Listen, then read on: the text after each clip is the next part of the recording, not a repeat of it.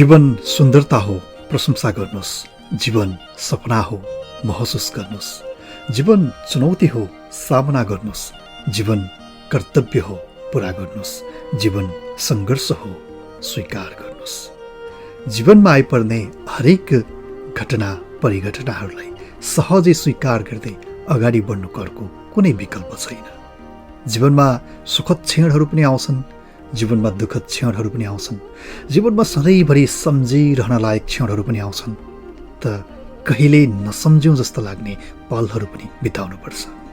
जीवनमा यी सबै परिघटनाहरू एकपछि अर्को आइ नै रहन्छन्।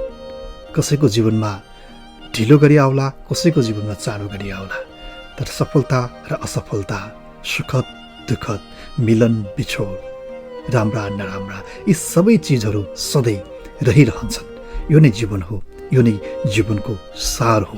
त्यसैले जीवनमा कहिलेकाहीँ सङ्घर्षको समयमा आफू परिरहँदा, जीवनमा अप्ठ्यारोमा आफू परिरहँदा र जीवनका कठिन यात्राहरूमा आफ्ना पाइलाहरू चालिरहँदा आफूलाई निराश नबनाउनुहोस्। यो समय हो, बिस्तारै सबै कुरा ठिक हुँदै जान्छ। आज राम्रो छ भने यो ग्यारेन्टी छैन कि भोलि पनि राम्रो हुन्छ। आज नराम्रो छ भने यो ग्यारेन्टी छैन कि भोलि पनि नराम्रै हुन्छ।